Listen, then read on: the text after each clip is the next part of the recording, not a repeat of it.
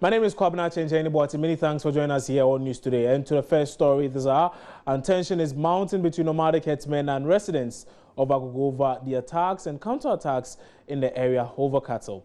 The tension has existed for a while now, but was recently reignited last week after a cattle owner in the town was shot and killed, allegedly by some residents.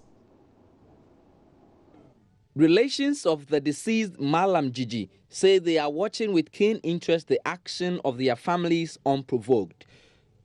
They indicated that over 19 nomadic herdsmen have been killed at Agogo within the short period of the crisis, but the police are yet to make any arrests. They accuse the police of bias in apprehending and prosecuting Fulanis who are suspected of committing an offense. According to the youth group, the 35-year-old Malam Gigi was gruesomely murdered and his body left to decay in the Agogo forest.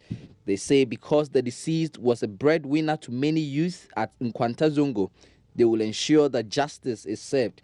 Otherwise, they will retaliate in their own way. Some of the Fulani and Zongo youth spoke with correspondent Maxwell Kudeko.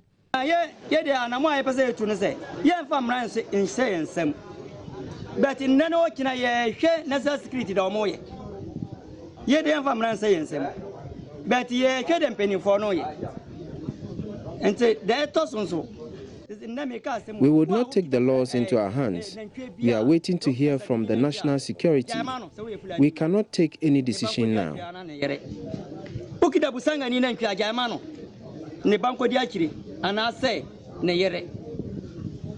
Enyesa yakun kwa. Excuse me, but that is not what we want. Yen sorry name almost say almost the mimi work other than that. You see, instant justice is injustice, but some of the justice is justice. I'm telling you, intermediate mimi canon. Our leaders have cautioned us not to take any action with regards to how we are being treated. It's very unfair. Government must come out clean on this issue. This matter must be addressed before things get out of hand.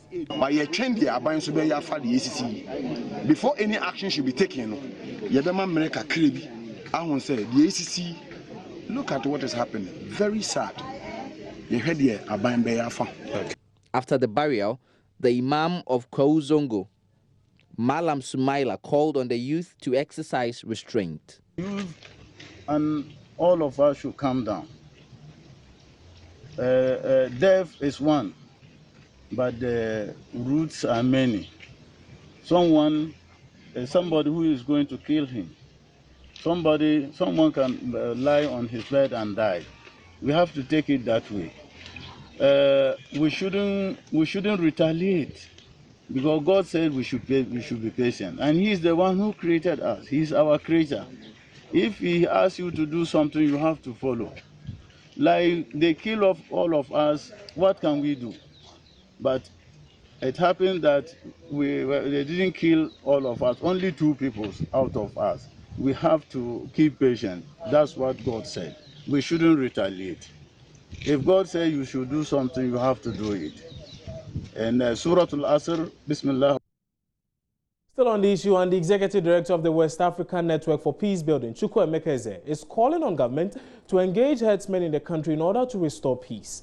A joint police military team and the Operation Cowleg exercise has been working to flush out nomadic herdsmen accused of killing 4 indigenes in recent times from Agogo in the Ashanti region. The Agogo Traditional Council has given a 31st March deadline for the herdsmen to leave the area. The Executive Director for WANEP, however, believes issuing an ultimatum to the herdsmen is not the way to go. He suggests a collaborative effort between various West African states to develop a comprehensive plan to take care of the situation. The language of flush in itself is negative in conflict management. And those who are making the statement about flush knows that these are not people that you can easily flush. I think the first thing is that we need to have a rethink about our approach. And for me, the first way to deal with the issue is to engage those who are causing the problem. Over time, what we have done is to engage ourselves, make statements without involving the people who are causing the problem. And why is it so? Why it's so is that it's also difficult to identify the leadership of these groups, because they are nomads. They move from one place to the other. They are not in communities. So what do we need to do? We need to create communities for them. So for me, a step in the right direction is to create communities in form of ranches and water points. When we do that, we tax the herdsmen. It becomes an income-generating venture for the state. So they have places where they go to, and they are sure they will get their pasture for their animal. They are sure of getting water. These are the two key things that they need. But let's not make it free. So what we do is not to ban. What we do is to regulate their movement. The only way to regulate their movement is that you create communities for them in form of ranches and water points. And within those communities, you create leadership. So if nomads from Nigeria is coming to Ghana, let them have a destination. Which community are they going to? When they come to Ghana, let the Ghana government tax them. Not just as cattle rearers, but as foreign cattle rearers, as expatriates. That way, the state is not losing for creating those ranches, and you can now maintain the ranches. But beyond that, you now have even leadership within those ranches called communities now. By engaging those leadership, they are able to identify the illegal ones. Otherwise, it will come to a point where even arms and ammunitions, including the properties that are used for bombs and violent extremism, should be transported by these cattle rearers. And that's where we're heading to. So it is important to look at it from this way. But I think what is the fear of the state is, how can we create ranches and water points, and we have limited resources? West Africa should come together and have countries that are ready to offer these ranches and make money out of it. To some other stories now, and the National Communication Authority has explained that it took off 9 TV channels on the KNet platform because they violated Section 2.4 of the Electronic Communications Act 2008, Act 775, which states that a person shall not operate a broadcasting system or provide a broadcasting service without a frequency authorization by the authority. 9 channels, including OBTV, which belongs to controversial pastor Daniel Obinim, as well as BTA and ATV belonging to flag bearer of the Progressive People's Party, Dr. Papa Kwesi Ndum, were taken off air on Wednesday for failing to comply with the act. But Chief Operating Officer of Group Ndum, Richmond Kilson, tells Joy News his firm did not in any way breach the act, contrary to the claim by the National Communications Authority. He tells us BTA and ATV have been properly licensed to operate and have been doing so for the past 3 years. Hence, the latest move by the NCA comes to them as a shock. This morning I had a rep of the National Communication Authority saying that indeed we have a license to operate on our own platform. BTA and ATV are part of First Digital TV, of which we own. And so that concern here is that we go beyond the boundaries of our own to air on the other television platforms. Then it tells me that, look, first of all, we are on satellite. And so anybody at all who pick us, we never ask, for instance, the most media to air our program. The fact that we are on satellite means that automatically, if you have a television station which is digital, you are likely to get access to our program. And so, as far as we're concerned, we've done nothing wrong. And yesterday we went there, we spoke to them very seriously about our concern.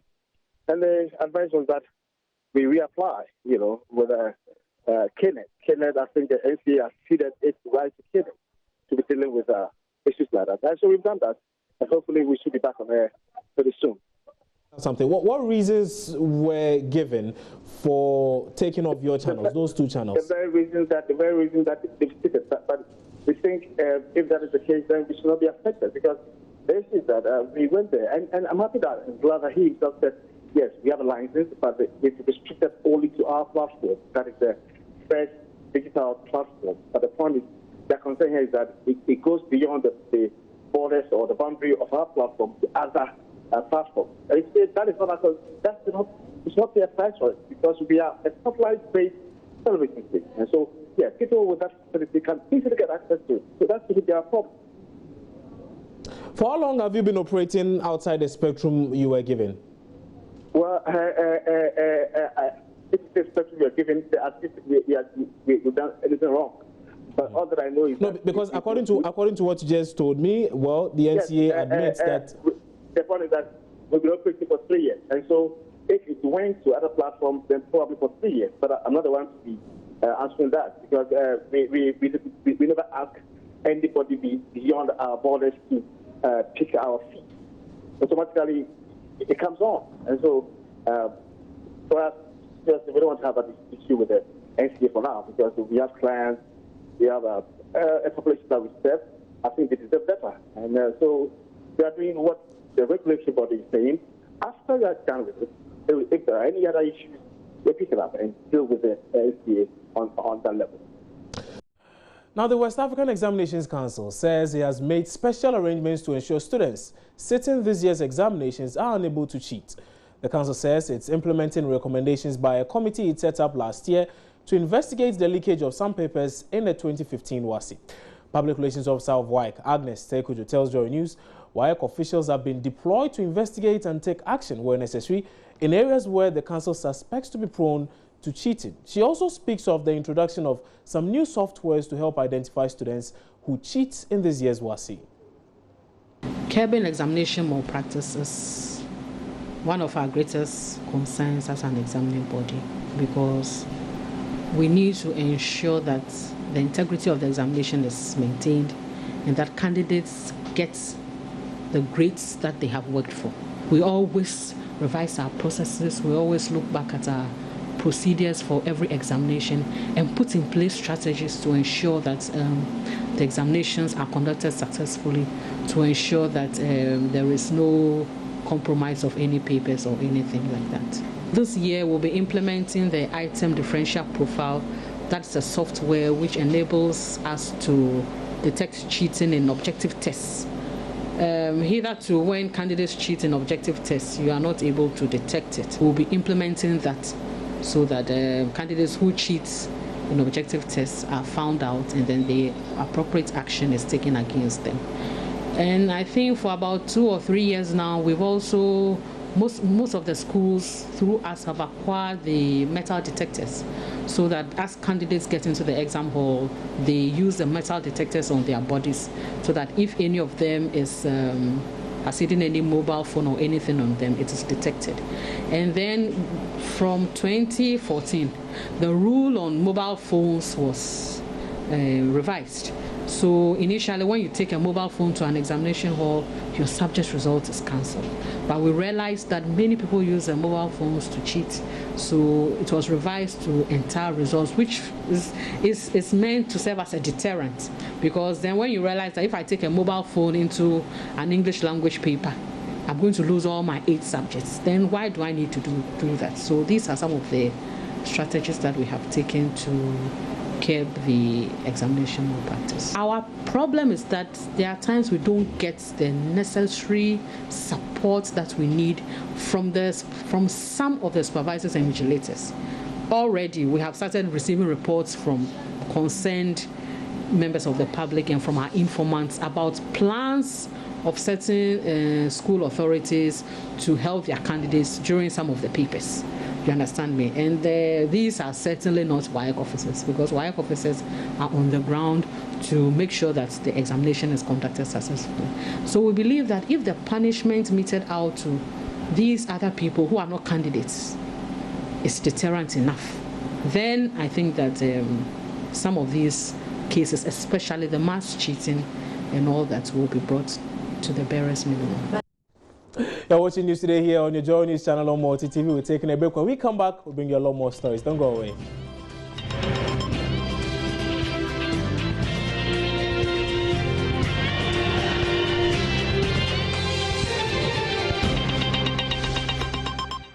Many thanks for staying on here on News Desk. Now to the Upper West region, where we are told that customers of DKM Microfinance Company in that region say they are happy with the news about the early retirement of the governor of the Bank of Ghana, Henry Kofi Wampa. They, however, wish that he would exit with others, such as the head of the monitoring of microfinance companies, Raymond Amand, as well. Correspondent Rafiq Salam joins us on the phone now with a lot more. So, Rafiq, tell us much more about these concerns these people are raising. You know, in the Upper West region, unofficial figures that we have, over 15,000 people in this region have their money locked up with this defunct microfinance company. And so what is really happening is that when they heard an announcement, the news that Dr. Kofi Wampa, governor of the Bank of Ghana, was taking an early bow, they were really happy. One, they are saying that they think that he is the man who was who presided over the what they call the mess, the microfinance institutions in the country. But they have one wish, and this wish is that they want others like Raymond Amanpo to follow suit, because they think that they were supposed to do the actual monitoring of these microfinance companies, who they didn't do. You know, earlier somehow last year, Raymond Amanpo came on radio, came to the limelight, and was saying that the monies that they are taking from DKM, the moratorium based on them, wasn't safe funds. And so only a blink of an eye for them to see that their monies are nowhere to be found. And so they are saying that, yes, it's good that the man is gone, but there are ways that he should go without it. Rafiq Salam, many thanks for that update. And that was Rafiq Salam bringing us an update on the situation there in the Upper West region. In the Bunafo region, however, the situation appears a little different. Correspondent Anas Sabit reports that customers of God is Love and Jester Motors are not satisfied with the early bowing out of the governor. They want him to stay and fix the problem before exiting. Correspondent Anas joins me now on phone with Olomo. So, Anas, tell us what these people are now saying, because we are hearing of different reports in the Upper West region. The situation here in the Brown region seems entirely different from that of the Upper West region. Over here, agreed clients are of the view that Dr. Wampa needs to stay in the office to correct the mess he has created. Some 2 weeks ago, we were in Kranza, where customers have been cursing the Bank of the Ghana governor, believing he is the cause of they losing their money. So most of them we spoke with this morning of the view that the government shouldn't allow him to go. We should force him to stay behind and then make sure they receive their money before he go. Others are also of the view that he's resigning because of the heat they are giving on him, and the gods are dealing with him at this particular moment. So this is what is happening here in the Brown and Ahafo region. Right. Anas Sabit, many thanks for your time on news today. That was Anas Sabit, also bringing us an update of that microfinance issue in the Brown Ahafo region. Away from that now, and Ghana, since independence, has made strenuous efforts to develop the country into a regional force in the field of science, with each government mandating a body to see to that. The results, as chronicled by the National Museum of Science, have, however, been far from satisfactory. But there may be hope in the horizon. Derek Ekosam found out that after 30 years of neglect, the Museum of Science could soon be taking its rightful place in the development of the subject. In the early 1960s, this place was commissioned with one sole aim: to give Ghanaian students and the country as a whole education and practical hands-on experience in the world of science. Now, some 40 or 50 years down the line, I want to see what has happened to this place. Object was built by one Wisdom Tosla. Okay. He was using this bike, as a means of transport. By then he was attending school at the AME Zion School at Mamprobi. And because of necessity, he didn't have a bike, so he constructed this bike. So this was a Ghanaian invention? Yeah, this Ghanaian invention. Okay. So he was using this bike in going to school. And now this particular guy, Wisdom, is now one of the best cyclists in Ghana. He has built a bamboo bicycle. So when Wisdom was going to school, he realized that he needed to be swift and fast. Exactly. So he sat down and then built the bike. This is made of wood? Wood, solely wood. Solely, everything. But this is the first made in Ghana tie. Made by Firestone. First made in Ghana tie. And we have the factory at those days at Bonsa, in the Western region. From Firestone, it was changed to Bonsa ties. Yeah. So when was this made? 1978. That was when we have our first made in Ghana tie. We have the crude oil. You process the crude and you get your... when did you get this? Because I know Ghana discovered oil not too long ago. Yes, we got this one even before. because the research has been going on from different, It means that before oil was discovered in the country, there was a possibility that we would discover oil. Exactly. Yes, because somewhere from this Volta Basin. Yeah, this one's from the Volta Basin. My head is turned upside down. I can actually see myself. Get it closely. Closely, like this. Closely. Like this. See how I look? My head is bigger. Yes. And it's a concave mirror. Okay. The object will be smaller. Okay. Convex mirror. Bro, I'm going to be smaller. And it looks like I'm looking at myself in two ways. Okay. So if you are far, you see the object very big. But if you are getting closer, you see the object very small. Yeah. Despite this rich history, the museum is grappling with low patronage. In my 2 hours of being here, only 3 people have come in to see what the facility has to offer. Nsubia Ngai speaks for the Ghana Monuments and Museums Board. The issue of patronage is like we have issues with patronage. Most of our key visitors, if you look at the visitor statistics, is students in the basic schools that visit here most of the time. And most of the second higher visitor statistics you can look at is the non-Ghanaians. Yeah. Ghanaians, basically, the culture of visiting museums and all of that has not been inculcated in us, so it's actually not an issue, right, for Ghanaians visiting, and that is one of the major challenges we have in trying to convince Ghanaians that museums are not a place for youngs and for toddlers and all of that. It's a place for inspiration, it's a place to learn, and it's a place that people can be educated and they can re-engineer themselves as individuals. And one of the other issues is the encouragement, as you can see, the emporium buildings that are there. So basically, the Science Museum, for some time one could say was a neglect for some time, but physically the figures are picking up, but we know that there's so much room for improvement because we have so many things to show up. It's a place rich in knowledge and history as well. When you get in there, there are so many things you can learn from the Museum of Science and Technology, but they have big challenges. The biggest one is that they have to deal with the encroachers that have taken over their lands. Little by little, they are winning the fight against the encroachers, and so they hope to turn this place around so that it becomes a nicer place for people to visit, because already they are dealing with the low patronage issues as well. The people who come here to watch whatever they have here, the numbers are not that encouraging. They also hope that little by little they'll also catch up with technology, and so in some years to come we should see the Science Museum being better than it is now. For Joy News, Derek Ekosam, Accra.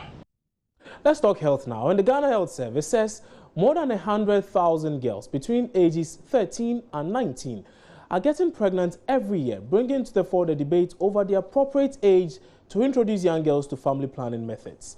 Now, while family planning advocates believe adolescents must be exposed to the various methods as early as possible, they are fears this would encourage them to experiment, making them sexually active way too early.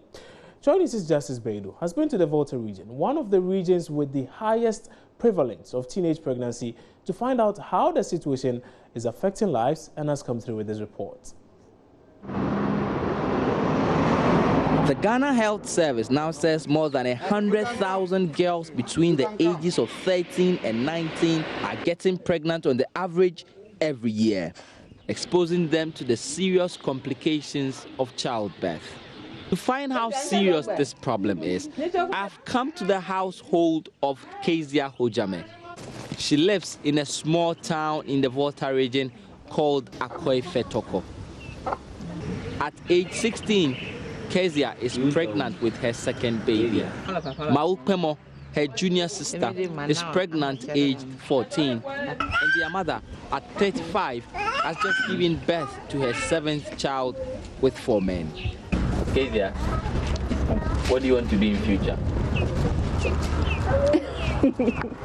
Do you want to be a nurse or a teacher? A doctor. You want to be a doctor? How are you going to be a doctor?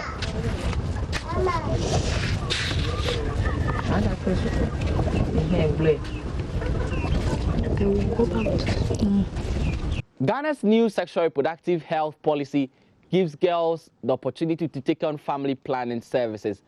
But many in the country mistake that as a license for promiscuity. But the reality, though, is that young boys and girls keep having sex, usually unprotected. The result is this: unplanned families and vulnerable communities. The kids of today are wayward, so they get pregnant indiscriminately. For my second girl, the boyfriend takes care of her. But for Kezia, the boy denied the pregnancy, and so she's my burden. Evelyn Bologno is a community health nurse working in this community to help pregnant mothers and their newborn babies. To some parents, they understand the concept, like you need to protect your girl child who is growing and you see that is sexually active, becoming active. But to others too, they do put their figures on us that we are spoiling the children. How can you be talking about family planning to a girl of 13, 14 years? Meanwhile, there is that time that they become active in sex. And the result of this is not hard to see. In the local school in Akoi Fetoko, 7 girls have dropped out of school this year alone because they became pregnant. 10 divided by 5, 2. The girls' participation in the school is low. What I realize is maybe in the community they don't have much women or girls, so it affects them. For instance, classes, we have only 3 girls in classes. Yeah, so it means as time goes on, if we don't get a new admission, when they get to Form 3, it means we have only 3 girls that will be there. So if they are home and if they get pregnant, it's a cycle. It will also follow again. If nothing, they don't do anything and they are pregnant, they give birth, they are going to take care of their children single-handedly or struggle to take care of them. So what problems they face is going to recur.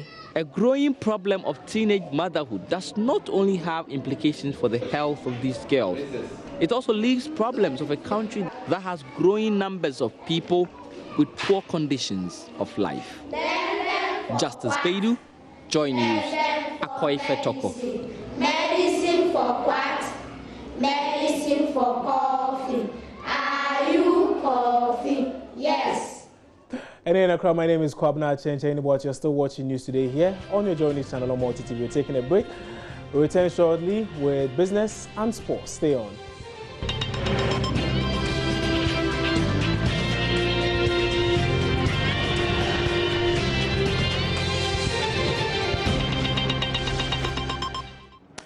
And now time for some business. There are calls for President Mahama not to delay in appointing a new governor for the Central Bank. Head of Finance at the University of Ghana Business School, Professor Godfred Bobkin, tells Joy Business the current economic situation leaves no room for any delays in appointing a competent successor. He explained Dr. Wampa's successor must be disciplined and effective, adding that Dr. Wampa bowed to political pressures. I think for such a person, I think that he's done his bit. There were some low moments. I mean, we can forgive him. Mistakes are evidence that we are human beings. And then what we have to do is to be able to get a successor who will learn from these mistakes and improve upon that. Continuity is important. Stability is important. We can look at stability in the financial sector. It hasn't been that bad. The level of non-performing loans that we find there cannot be blamed entirely on one part. There's a certain level of state-sponsored non-performing loans in the sector because of the role of government in terms of contractors, arrears, and all of that. And the fact that some of these contractors and firms have entered into all kinds of financial arrangement with financial institutions. Government is not paying, and they cannot also pay. So you see that, I mean, the non-performing loans are actually rising. You understand that for some of the, for the fact that monetary policy was dwarfed to some extent, I think we didn't have fiscal discipline. So if you look at the IMF program, one of the things that we identified at the initial stage was the level of fiscal dominance in monetary policy. So what was the solution? The IMF program is saying that for inflation targeting to be effective, for the central bank to effectively reduce inflation, right, and engineer growth, we have to eliminate the physical dominance of monetary policy. So there were clear measures in the IMF program to achieve that. We just exited the energy crisis. The electricity shortages itself didn't help the growth drivers of the economy. Now, you see, when you look at the cedi's performance, ideally, I will not blame it entirely on the central bank. You understand? It has to be a collective effort. And unfortunately, we all wake up every day thinking that it lies with the central bank to solve the cedi's, or to stop the cedi from misbehaving. No, certainly not. You see, if you look at the level of imports, food, you cannot blame that on the central bank. The Ministry of Food and Agri, what are we doing? We are importing virtually everything. We are importing tomatoes even from Burkina Faso, a desert country. Certainly, you don't need monetary policy to solve that. You understand that? We are looking at the allocation function of government. Right. Okay, and government spending must be growth-driving, right, not just spending to please or to win election. Certainly, that is not prudent spending. When you do that, you are actually we're actually eating our future today. Let's talk about the Fitch rating. Yesterday it was all over the place that Fitch is saying that our credit worthiness. I don't think it's anything new, but what do you think? Yeah, I agree totally with Fitch. Mm-hmm. I agree with their rating. Mm-hmm. I agree. You see, it's not just the rating. Mm-hmm. It came with certain comments. So you have to look at those comments and see whether they reflect the reality. Right. If they don't, then you take them on. Right. But I do agree with them that their comments reflect the reality. Mm-hmm. Issues about debt sustainability, debt affordability, you cannot run away from it. Professor Bokpin on Dr. Wampa and some monetary policy advice there. And moving on here on business, payments received by government from 15 mining companies in 2014 in the form of royalties and taxes have been found to have a recorded shortfall. According to a 2014 Ghana Extractive Industries Transparency Initiative (GAITI) report released today, almost 700,000 Ghana cedis paid to government by these companies cannot be accounted for. Kukuaban has more in this report. Goldfields, I think it's been the largest single investor in this country, if my calculations are right. If we invested close to $2 billion across the two mines, and they intend investing more. So they qualify by our own law. The report highlights payments made to government by some 15 mining firms in the year 2014. The report highlighted corporate taxes as having contributed the largest of government mining revenue streams during the period. Ground rent receipts were also reported to have increased significantly for the first time in the reconciliation process. The GAITI report also noted that although documents from the 15 mining firms showed almost 1 billion Ghana cedis was paid to government in the form of royalties, taxes, among others, about 700,000 Ghana cedis could not be accounted for. It therefore recommends, among other things, speedy passage of the Minerals Development Fund Bill to regulate expenditure of resources. Here are senior consultants for the aggregators of the report, Boas and Associates, Kojo Asafo Edu. There were two major recommendations that were made in the mining sector report. The first one was the MDF, that's the Mineral Development Fund Bill, which was with Parliament for some time, but in time it has been passed. It's now awaiting presidential assent or cabinet assent. So it's in good time because what was spent in 2014 was far below what was mandated. You know, the law requires that we spend 10% of what we pay, what is paid by the mining companies. We use that on mining sector institutions. But what was paid in 2014 was far below that. So with the passing of this bill, I believe that in the subsequent years, everything will be in place. Yes, at the moment, there is no law backing it, so it is arbitrary. So the Ministry of Lands and Natural Resources, on its own, determines what mining sector institutions should benefit. So that was the major recommendation that we made in 2014. The second one was the use of mineral royalties by district assemblies as internally generated funds, which actually was not the best. We had earlier on discouraged that, but it's still that in 2014 it persisted. So they were still using monies that were paid by the office of the administrator of two lands. They were still using that as internally generated funds, and it wasn't the best. Meanwhile, government says it's doing its best to ensure that mineral revenues are prudently utilized to the benefit of the economy. Professor Bruce Banwen Yakubu is the Chief Director of the Ministry of Lands and Natural Resources. So that'll be it for business here, but you can join me for more business stories on the marketplace between 1 and 1:30. Today we'll be looking at PIAC's report and the way forward regarding how monies were managed, and then of course the central bank's role in all these things. So join me exactly 1 to 1:30. My name is John Kojo Amwako. Let's make a date.